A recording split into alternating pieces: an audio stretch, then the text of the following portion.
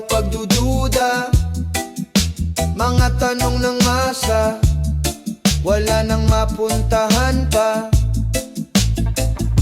Batas ay nababalukto, sino ang may sala? Habang ang mahihirap, agad napaparusa.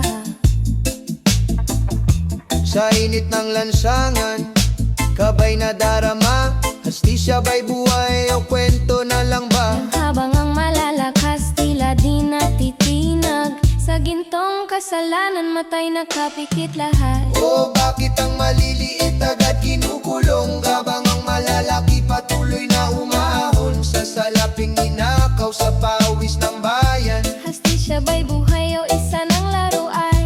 O bakit ang maliliit agad kinukulong, habang ang malalaki patuloy na umaahon sa salaping ninakaw sa pawis ng bayan? Hastisya ba'y buhay o isa ng laruan? Bangon bayan ko, pakinggan ang sigaw, di sa dilim ng sistema liwanag ay hanap.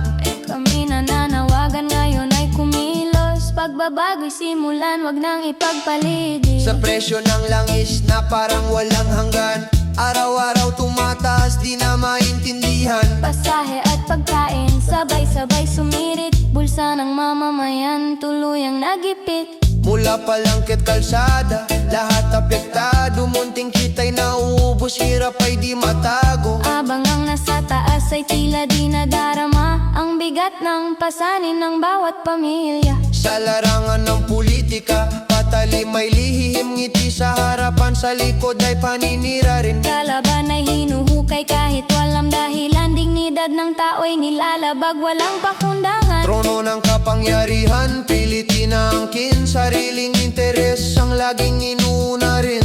Yaman at impluensya ang sandata sa laban, nakalimot sa sumpa para sa sambayanan.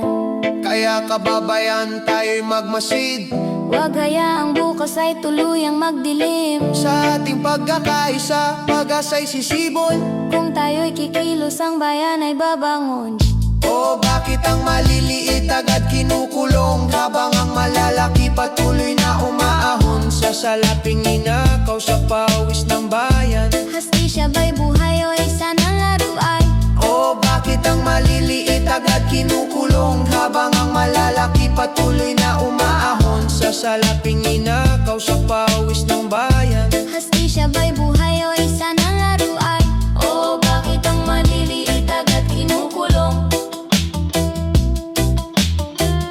O bakit ang maliliit agad kinukulong? O bakit ang maliliit agad kinukulong? O bakit ang maliliit agad kinukulong? Aming Ama sa langit, kami nakikiusap, Bigyan mo ng pinunong may pusong tapat, gabayan ang bayan sa landas ng tama. upang ang kinabukas ay di malamon ng dilim.